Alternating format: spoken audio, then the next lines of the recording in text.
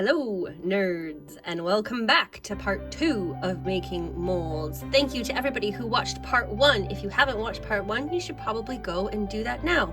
I would link it, but I don't know how. So today we are going to be finishing up our molds, which we started in the first part of the video. Now that they've sat and cured, well, this has been more than 24 hours. I'm going to show you how I cut them, demold them, and clean them up and get them completely ready for casting. If you're new here, I would absolutely appreciate a like or a comment or a subscribe. If you like what I'm doing in my videos, you can turn on the little notification bell and that will tell you when I post new videos. There's lots more tutorials to come, lots of tutorials about how I make some of my other dice styles. So if you're interested in that, please make sure to subscribe so that you get all of that stuff in one place, which is here. Okay, finally, we're going to get started. So what I've done is I've just taken most of my molds out of their plastic cups. I'm going to show you how I do one. It's not the most graceful thing to do, but in this case, I think I've used too high quality of little kind of shot glass. What you want is actually something really cheap. Ideally, when you pinch it, it'll break. That'll make it a whole lot easier for you to take it out of the mold rather than doing it this way. But this was kind of all I had left. But normally I do use a really cheap plastic shot glass, and all I do is when it's in the mold is I pinch it and it'll crack down both sides, and then I open it and making sure that we are being good to the environment and we are recycling these plastic cups when we're done with them. Okay, so all you're going to need is a pair of snippers. In this case, you want something that's straight. You can see lots of people are sometimes using the angled snips, but in this case, you want to make sure that you have a straight pair of snippers, and you're going to need an X-Acto knife. Any kind is fine, but you should make sure that it does have a sharp blade. It's going to make it a whole lot easier for cutting and removing and making sure that we're not having to do too many swipes. But as you'll see, mine's a bit dull, but we're going to make it by. Right. So first thing first, I'm going to try and just pull away a little bit. You can see the silicone coming away from the sides there. And all I'm going to do, and again, this is just a little bit of elbow grease, is I'm going to slide my snippers down the side and I'm going to just start clipping. If you get a good clip, it should start to crack, which is ideally what we want. If not, again, yeah, we're going to ruin these, which is why I say, buy the cheap ones. And all we're trying to do is kind of get enough air in there so that we can wiggle out the rest of the mold. If you're using the cheap ones, then this is not going to be an issue. If you're struggling a little bit, careful, you're not going to stab yourself, so keep your finger out of the line of your snippers. Just like, chopping anything. Keep your fingers out of the way. And then it should slide out pretty easily. It's as simple as that. So that's the basics for all of our molds. Now what we're going to do is we're going to do some cut, we're going to do some cleaning up, and then we are basically ready to use these to make any sort of dice. Now you can see from the mold making video that I did before, these are absolutely crystal clear. Sorry. I'm dying. Absolutely crystal clear, zero bubbles, and that's because I vacuum degassed them twice. Again, that's in the first video. If you want to go watch that and then come back here, do that. Okay, I'm going to try and do this on the best angle that I can. I'm going to show you how I cut all of them because each different shape gets cut a bit of a different way. I'm going to try and make sure that I'm holding it up to the camera properly so that you can see what I'm doing. Now, a lot of the cutting will depend on where you've placed your sprue points, but what I generally do is I start from where my sprue is and I cut backwards along one of the edges of the dice. We don't want to cut along the face of the dice. That's going to make cleanup way too difficult. We don't want to be slicing down the middle of our numbers, so we're going to start where our sprue is. We're going to cut down backwards along this edge of the dice, and it does take a little bit of precision work. You do want to be careful, you do want to go slowly, and again, remember the X-Acto knife is sharp, so making sure that you're keeping your fingers out of the way. Okay, so I'm going to try and lean in here without bouncing my camera around, and I'm going to just start with my first cut into the clay. I'm not worrying about the clay being there, that's fine. Oh, sorry, I'm banging my camera. Let's get this stuff moved out of the way so we have a bit more space to work. And I'm going to just kind of be looking in, and again, this is why clear silicone is really the best way. I mean, you can see exactly where you're cutting, and then once the molds are done, you can see exactly what's inside. I would never go with anything else other than a clear silicone, but hey, you do you. And I'm going to slowly drag down along the edge of the dice. Remember, keeping my finger out of the way, so if my knife slips, I'm not going to cut into my thumb, so keeping it far down.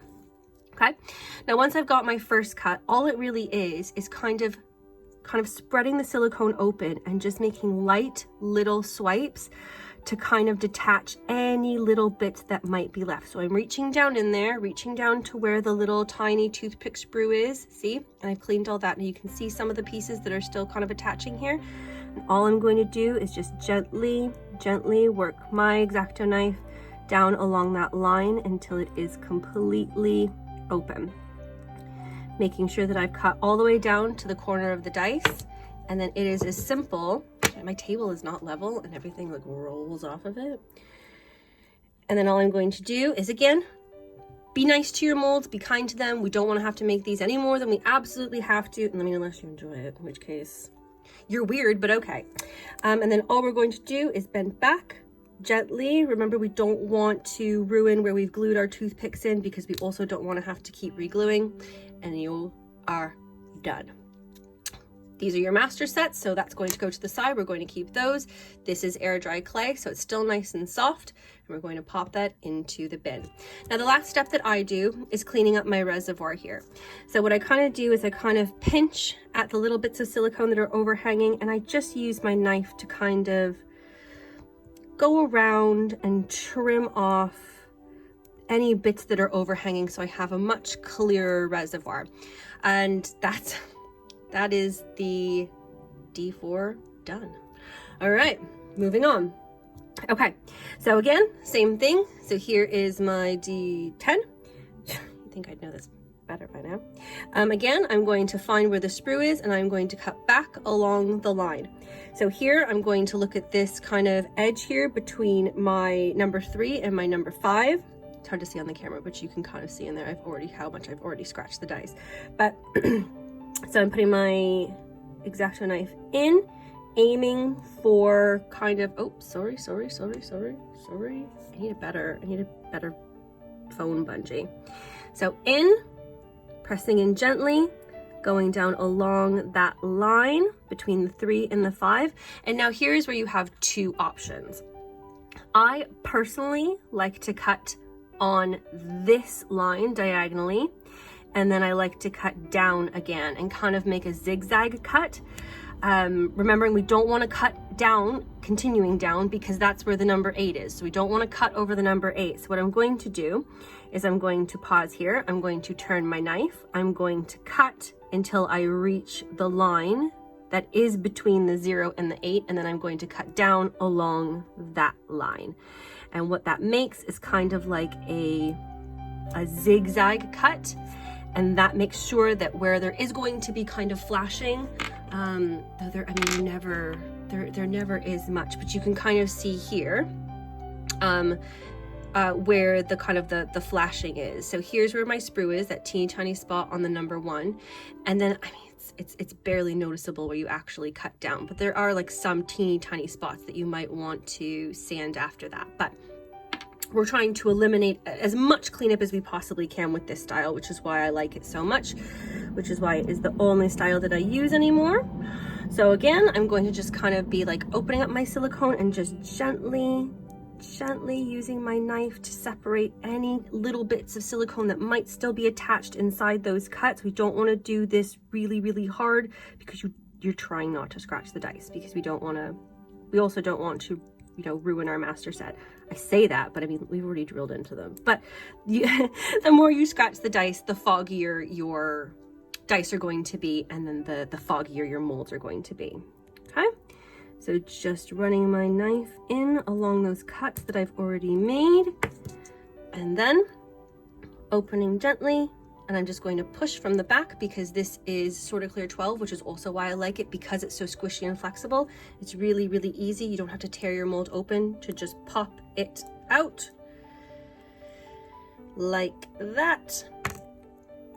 And I lost a toothpick here, but that's okay. The hole is still there, and all I'm gonna do is I'm just going to take some more super glue and glue a new toothpick in. It's not the end of the world, but I mean, the whole point here is that we're trying to eliminate the amount of work that you're having to do in general.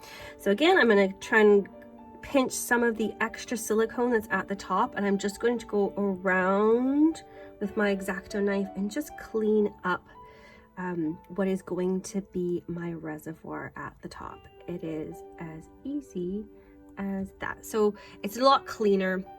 So when you're doing pulls, which I mean I will show, it makes it a lot easier. So there we go. So D10 is done and crystal clear, and I'm just going to keep going. So here is my D8. Now I said I haven't quite drilled my sprue in the right direction, so you know, pardon that. But I'm going to use the same kind of theory. I'm going to follow my sprue and I'm going to go backwards and I'm going to cut down this line between the 5 and the 4. That's what I'm going to do. So again, I like to just place the blade of my X-Acto knife onto the silicone, and then with a slicing motion, I press down, getting my tip there. You can see, getting my tip to touch the sprue. Oh, I'm so sorry that I keep bumping this thing. I have to invest in better equipment. And then I'm going to pull down along between the line of the 5 and the 4. And that is the only cut that I'm going to make on the D8. Again, just kind of using my fingers to hold the silicone open a bit, and I'm just going to, with light strokes, go in and make sure that everything is cut separated. Let's make sure that we're not going too hard, making sure that we don't want to scratch our dice, just following the line that we already made, nice and gently separating the silicone on both sides. Okay. Making sure the cut's pulled down enough. I got a little bit still attached there up by the sprue, if you can see that little bit of silicone there. So I'm just going to run my knife up, just little teeny tiny little snap. There we go. Okay, now same thing. I'm going to just push from the back because the silicone's nice and flexible, and I'm going to pop it out. And there we go, another one done. And this one still has the toothpick attached. So at least, you know, 2 that I don't have to fix so far. Okay, same thing. I'm going to just pinch my silicone at the top, run my little knife around while I pull at the silicone. I'm trying to just clean up that reservoir hole at the top, like that.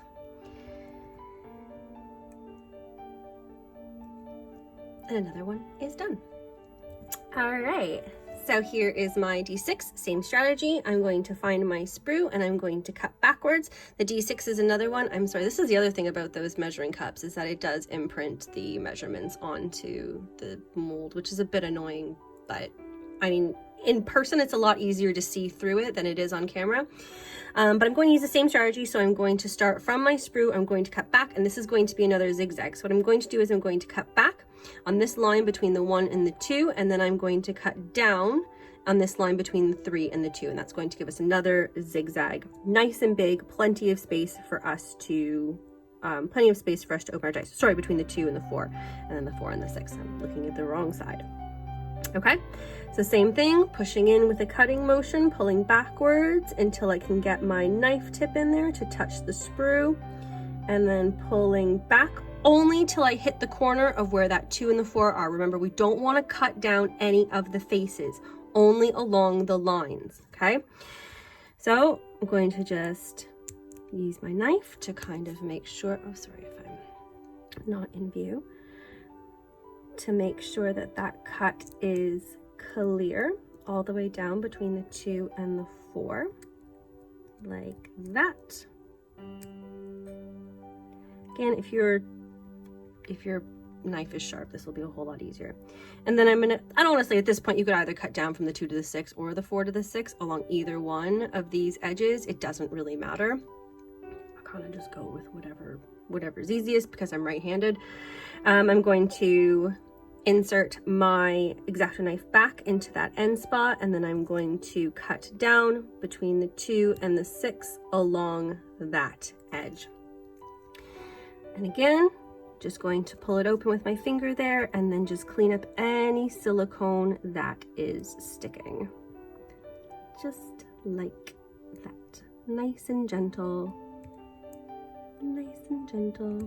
until we've cleaned up that whole final. I'm working on paper because it's supposed to make a nicer background, but it's also slippery. Okay, all the way down that cut like that. Okay, now exact same strategy. I'm going to just open the cut again. Like I keep saying, you don't want to tear at it, you don't want to rip at it. You really just want to have enough space for you to pull it open, and then you push from behind and pop out your dice. Another mold done and perfectly clear. And then we're going to take our X-Acto knife and we are going to clean up around the sprue. I hope this isn't too repetitive. I never know kind of at this point whether I should just, you know, fast forward or cut out some of this information, but because they're all different shapes, I thought maybe people want to see you cut each shape because they're all a little bit different. Maybe I'll skip the percentile because that's the same as the D10, but I'll finish up with the D12 and the D20. Right, so same thing. So I'm going to find the back of my sprue, and I'm going to be, again, because this is a D12, I'm going to be doing another kind of triple zigzag cut. I'm going to cut down here between the 2 and the 3, and then I'm going to cut down here between the 3 and the 7, and then if you can see, I'm going to cut down here between the 7 and the 9. So that's a 3 kind of cut system. So 1 cut in, getting the tip against my sprue, cutting down between the 2 and the 3, and then stopping. I'm going to clean up that cut, making sure that all the silicone is free. My next cut is going to be here between 3 and the 7. It's only a short line, so be very, very careful here. You know, if you're pushing too hard and your knife's really sharp, it's going to slide right through it and your cut's going to be too long. And then my last cut here is going to be going down, if you can see, between the face of the 7 and the face of the 9, right along this line here. And that's going to be my third and final cut. Other thing is, make sure you're not pressing down too hard because you don't want to cut out the bottom of your mold either. We're just trying to get kind of just enough room, just enough cuts to free our dice. That's how we're going to end up with the least amount of cleanup and flashing. Okay, so there we go. Going to do the same thing. Going to push my fingers along the back, holding the cut open, and then pop out my D12. Another one done. Excellent. I'm glad this is going well. I'm always worried when I make these videos. I'm like, you know, this is going to be the day where I mess everything up. Not that, I mean, that's a part of, you know, making dice. I guess that's a part of making anything. Part of learning anything is messing up. But of course, when you're making a video, you want to look good, right? All right, so another one done. And the last one I'm going to show you is the D20. Again, because the percentile is exactly the same as the D10. So it's going to be the same process.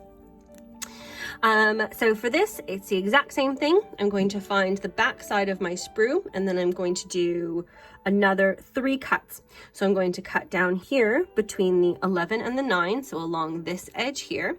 And then I'm going to cut sideways between the 9 and the 6, and then down here across where the 14 is. You can kind of see the 14 right down there, okay? So just like we did the D12, except the D20 is a little bit bigger. So same thing. Sometimes it's hard to see the edges when you're cutting, so sometimes I like to just turn it and make sure that you can see the edges there. So same thing, cutting in with a motion, pulling back, making sure the tip of my knife hits the sprue, and then I'm going to pull down slowly because I'm only cutting between the 11 and the 9, okay? Oh, you know what? I said I was going to go the other way, but it doesn't matter. Point is, you just have to cut along the line. So whether you're cutting to the left or whether you're cutting to the right is really irrelevant. But because for me, I'm going to actually cut down this way from between the 4 and the 14. Sometimes once you get started and you're like, oh no, this is a better way to do it. This is a better way. And then this way I only have to do 2 cuts rather than 3, which is even better because there's less to clean up. Okay. Same thing. Open the mold, pushing from the back. This is why I love a nice flexible silicone. Your molds just last a whole lot longer because they're not being tugged at as much. It's a lot more flexible, but again, just because it's flexible doesn't mean that you want to rip at it, right? Okay, so again, same thing, going around with my X-Acto knife and just cleaning up the edges of silicone there just to keep it out of our way so that pouring is a lot easier. And that is it. So your molds are done. That's all there is to it. I mean, it's really not that bad. I'm gonna say that it's not the funnest process, but I'm also gonna say, I mean, as far as dice making goes, it's also not the most difficult. I've had a lot of people kind of questioning about whether you can do this without a vacuum chamber, and I think I did address it in the other video. But I mean, you can, but the likelihood of them coming out kind of this crystal clear and perfect is very, very low. No matter how much you try and warm your silicone and stuff like that, like having a vacuum chamber is really kind of the best investment. I also have gone and linked the vacuum chamber that I purchased. Mine was off of eBay. I think I said Amazon in the last video, so I'm sorry about that. It was eBay. And I've linked it in the description box in the mold making part 1 video if you want to go and look. They don't have the 2-gallon one. So what I've linked is the 3-gallon one, which is far too large. I mean, my 2-gallon one is far too large. But it is a really good investment if this is something that you want to do and do well. The vacuum pot, the vacuum chamber, the pressure pot are really, really good investments if this is something that you actually want to take quite seriously. If not, then you know what? Some bubbles and stuff, you know, they're not going to kill you. Right. Okay. So that is the end. I hope this was really, really helpful. Again, if you liked the video, please give it a thumbs up. And if you haven't already, make sure you, subscribe and click the notification bell so that you can see when the next video is coming up. Some of the plans I have for the next videos are I am going to be doing some videos about using UV resin in dice making. I'm going to be doing a safety video where I show you all some of the products that I use while I am making dice. I've got like my goggles, I've got my respirator here. I've recently found a liquid glove thing on days where my hands aren't suitable for wearing gloves. Yeah, things like that. So make sure you stick around and see what else we have coming up on this channel. Thank you all so much for watching. Goodbye.